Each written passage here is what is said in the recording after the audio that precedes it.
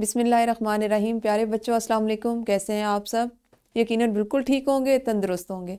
मैं हूं आपकी मौलिमा मिस अक्सा जाहिद अकबर और हम पढ़ रहे हैं अपनी उर्दू जमात 2 का पहला सबक ए खुदा, जो कि एक हम्द है। इस हम्द को हमने पहले 6 हिस्सों में पढ़ लिया, जिसमें आपने इस हम्द की बुलंद ख़्वानी की, इसके अशार को आहंग और लय से पढ़ा, उनके मानी सीखे, जो आपने अशार पढ़े उनकी तफहीम की, उनको आपने समझा कि उनमें क्या बयान किया गया है। उसके अलावा आपने उसमें कवायद व इंशा से मुतल्लिका जो आपका हिस्सा था उसको किया। आज हम अपने नज़्म के आखिरी हिस्से यानी 7वें हिस्से की तरफ बढ़ रहे हैं। और उससे पहले मैं आपको बताती चलूँ कि अल्लाह ताला कुरान पाक में सूरतुल अंबिया में फरमाते हैं कि क्या काफरों ने नहीं देखा कि आसमान और ज़मीन दोनों मिले हुए थे, तो हमने जुदा जुदा कर दिया, और तमाम जानदार चीज़ें हमने पानी से बनाई, फिर ये लोग ईमान क्यों नहीं लाते। तो प्यारे बच्चों, अल्लाह ताला ने दुनिया में, इस कायनात में जो जो चीज़ भी बनाई है वो हमारे फ़ायदे के लिए बनाई है।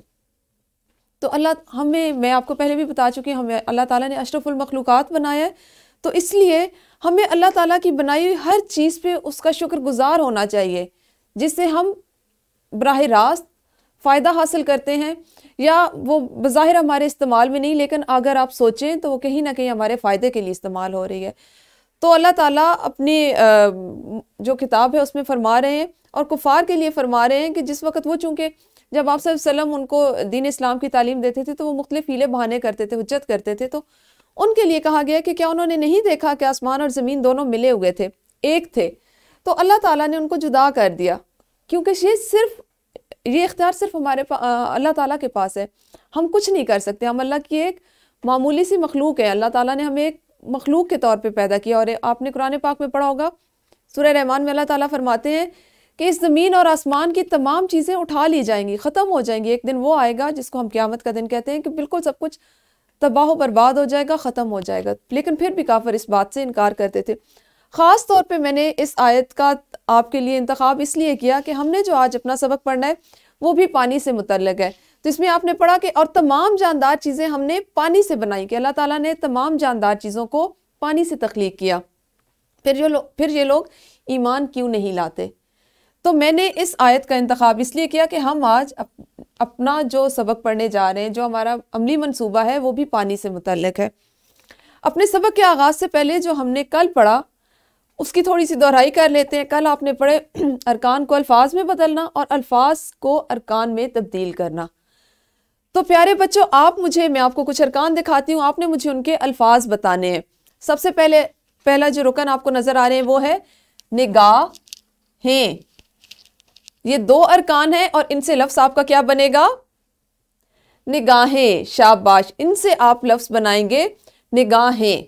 आपने बच्चों इस सरगर्मी को इस तरह से करना है कि आपने अपने बारी का इंतज़ार करना है। जिसको इन अरकान से लफ्ज़ की समझ आ जाए, जिस बच्चे को, वो हाथ खड़ा करे और अपनी मौलिमा को जब वो आपका नाम पुकारें या आपकी बारी हो तो उस वक्त उनको बताएं।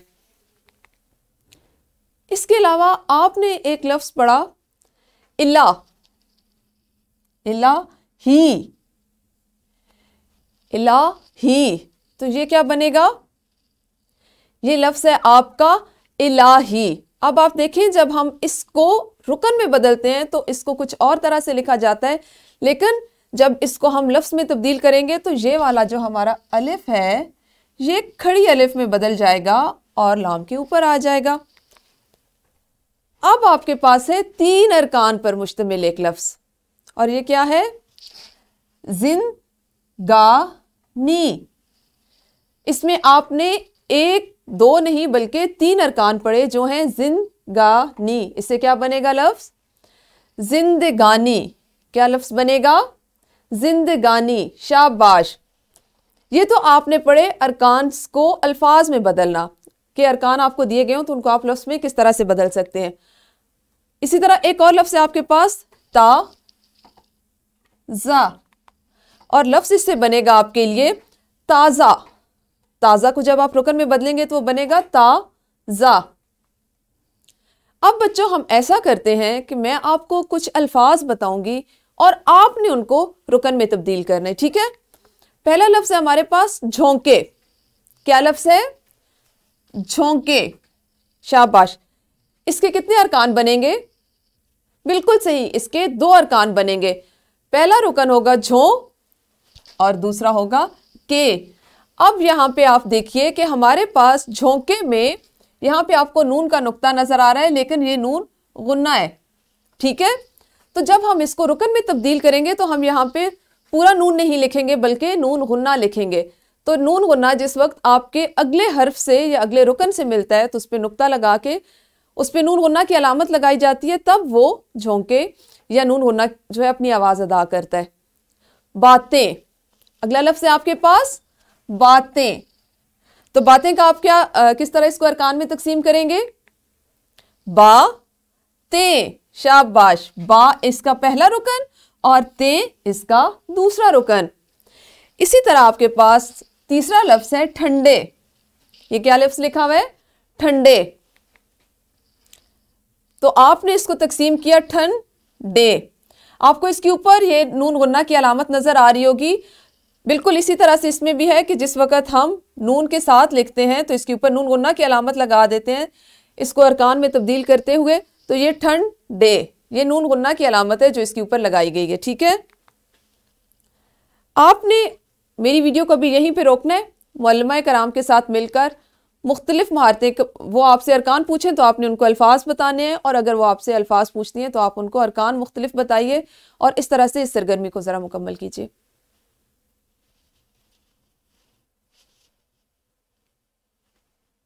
जी तो प्यारे बच्चों, आपने कल के सबक की दोहराई भी कर ली, अरकान को अल्फाज में और अल्फाज को अरकान में तब्दील करना भी सीख लिया। अब हम बढ़ते हैं अपने आज के काम की तरफ, और आज हमने क्या करना है, हमारी किताब में जो अमली मंसूबा दिया गया है हमने उसको मुकम्मल करना है। उसको किस तरह से किया जा सकता है, उसके मुमकिन करने के जो तरीके हैं वो मैं आपको बताऊंगी, और आपने उनकी मदद से खुद से इस अमली मंसूबे को करके लाना है। अमली मंसूबा आपका कुछ इस तरह से है कि पानी अल्लाह ताला की बहुत बड़ी नेमत है। आपकी किताब में ये अमली मंसूबा दिया गया है कि पानी अल्लाह ताला की बहुत बड़ी नेमत है, पानी हासिल करने के मुख्तलिफ ज़राए हैं, ठीक है। अब आपने सोचना है कि पानी हासिल करने के कौन कौन से ज़राए हैं हमारे इस्तेमाल के लिए पानी। पहले तो आपने ये सोचना है कि मुख्तलिफ ज़राए कौन कौन से हैं, ठीक है। उसके बाद आप गौर करें कि हमारे इस्तेमाल के लिए पानी मुख्तलिफ मराहिल से गुजर के आता है। आपने सबसे पहले क्या सोचना है कि ज़राए कौन से हैं, और फिर वो मराहिल कि जिनसे गुजर के पानी हमारे घर तक आता है, हम तक आता है, वो कौन से हैं। आपने वालिदैन की मदद से मुसव्वरी का एक नमूना तैयार करना है। मुसव्वरी मतलब आपने एक ड्राइंग, एक स्केच बनाना है जिसमें आपने इन दोनों चीज़ों के बारे में लिखना है। आपने बनाना है उसमें कि जिसमें पानी के मराहिल दिखाए गए हों, और अपने घर में ये एक मुसव्वरी का एक नमूना बनाने के बाद आपने क्या करना है, उसी चार्ट पे या शीट पे जिस पे आप बना रहे हैं उस पे आपने अपने घर में पानी के जो कोई से भी 5 इस्तेमाल हैं वो भी लिखने हैं, जैसे हाथ धोना, मुंह धोना, कपड़े धोना, नहाना वगैरह वगैरह, ठीक है। तो इनको भी आपने साथ में लिखना है। मैंने आपके लिए इस मंसूबे को जिस तरह से बनाया वो मैं आपको दिखाती हूँ, आप उससे रहनुमाई ले सकते हैं। प्यारे बच्चों, आपको पता है सबसे पहले आपने लिखना है कि पानी के मुख्तलिफ ज़राए, हमारे तक पानी आता कैसे है, मतलब हम हासिल कैसे करते हैं। आपको इस तस्वीर में पहाड़ नज़र आ रहे हैं, सबको पहाड़ नज़र आ रहे हैं ना, और देखें पहाड़ों पे ये बर्फ़ जमी हुई है, ये यहाँ पे, ठीक है। पहाड़ों पे जो बर्फ़ जमी हुई होती है, इस पे जिस वक्त सूरज की रोशनी पड़ती है, सूरज की शुआएं पड़ती हैं, उसकी तपश पड़ती है, तो ये सारी जो बर्फ़ होती है ये पिघल कर दरियाओं में आ जाती है। आपको ये दरिया नज़र आ रहा है, पहाड़ों पर से बर्फ़ पिघलती है और वो दरियाओं में आ जाती है, ठीक है। अब दरियाओं से हम बड़े बड़े पाइप्स के ज़रिए उनको टैंक्स में लाया जाता है। हमारे आप जहाँ हम रहते हैं, सोसाइटीज़ या गांव या शहर जहाँ, वहाँ पे हमारे घरों में पानी पहुँचाने से पहले बड़े बड़े से ये टैंक्स बनाए जाते हैं। तो इन दरियाओं में बड़े बड़े पाइप्स के ज़रिए टैंक्स तक पानी लाया जाता है, और इन टैंक्स में से हमारे घरों तक पानी जाता है, ठीक है। इन टैंक से पानी हमारे घर जाता है और घर में हम इसको मुख्तलिफ तरह से इस्तेमाल करते हैं। दूसरा ज़रिया क्या है, पानी हासिल करने का दूसरा ज़रिया है बारिश। दूसरा ज़रिया हो गया बारिश। ये आपको बादल दिखाई दे रहे होंगे, बादलों से जब बारिश बरसती है तो उससे भी बहुत सा पानी हासिल, जैसे आजकल आप देखें कि हमारे मुख्तलिफ इलाकों में बहुत ज़्यादा बारिशें हो रही हैं। बारिशों का ये पानी क्या होता है, मुख्तलिफ नदी नालों से गुजरता हुआ दोबारा से दरियाओं में जाता है और दरियाओं से फिर हम इसको टैंक्स में लाते हैं और टैंक्स से ये हमारे घरों में आ जाते हैं। ये तो हमारा एक और ज़रिया हो गया। इसके अलावा आप देखें कि हमारे पास कुएँ होते हैं। इस कुएँ में आपको दिखाई दे रहा है कि हम यहाँ पे ये एक मोटर लगी हुई है, ठीक है, इसके ज़रिए से पानी खींचा जाता है, हासिल किया जाता है। अच्छा, जो बच्चे गांव में रहते हैं उन्होंने देखा होगा कि उनके घरों में भी एक नलका लगा होता है। नीचे तो मतलब बोरिंग की जाती है, उसके ऊपर हैंड पंप लगाया जाता है, हाथ से चलाने वाला एक नलका होता है, ठीक है, आपके जहन में होगा जिनके घरों में। उससे हम नहाने धोने के लिए इस्तेमाल के लिए पानी लेते हैं। ये जो कुएँ होती हैं जिनमें ये मोटर्स लगाई जाती हैं, इनके ज़रिए पानी हासिल किया जाता है और यहाँ से पानी, यहाँ पे ट्यूबवेल्स भी हो सकते हैं, ठीक है। पहले कुएँ होते थे, अब यहाँ पे हम क्या करते हैं कि शहरों में ट्यूबवेल लगाए जाते हैं। ज़ेरे ज़मीन जो पानी होता है उसको बड़ी बड़ी मोटरों से खींच के इन्हीं टैंक्स में डाला जाता है और फिर उसी तरह से टैंक्स के ज़रिए हमारे घरों तक पानी आता है। तो ये पानी के मुख्तलिफ ज़रिए हैं, जहाँ जहाँ से ये ज़राए हैं जहाँ जहाँ से हम पानी हासिल कर सकते हैं।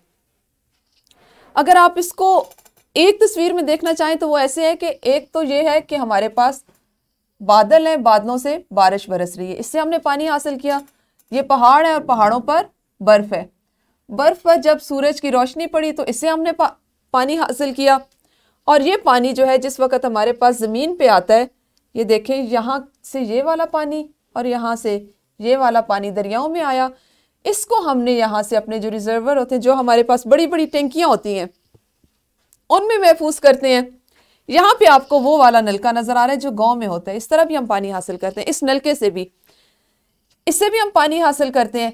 तो इन तमाम ज़रियों से पानी इस टैंकी तक पहुँचाया जाता है, इस बड़े टैंक तक पहुँचाया जाता है और उन टैंक्स के ज़रिए पानी हमारे घरों तक आता है और हम घरों में इसको इस्तेमाल करते हैं। इस तरह भी हो सकता है।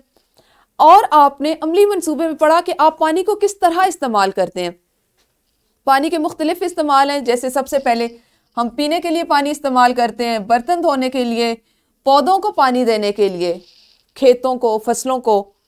फिर उसके बाद पीने वाला हमारा पानी हो गया, इसको हम खाना पकाने के लिए इस्तेमाल करते हैं, कपड़े धोने के लिए पानी इस्तेमाल करते हैं, हमारे घरों में हमारी अम्मी खाना बनाने के लिए इस्तेमाल करती हैं और नहाने के लिए भी पानी का इस्तेमाल किया जाता है। तो ये पानी के इस्तेमाल के मुख्तलिफ ज़रिए या मुख्तलिफ तरीके हैं।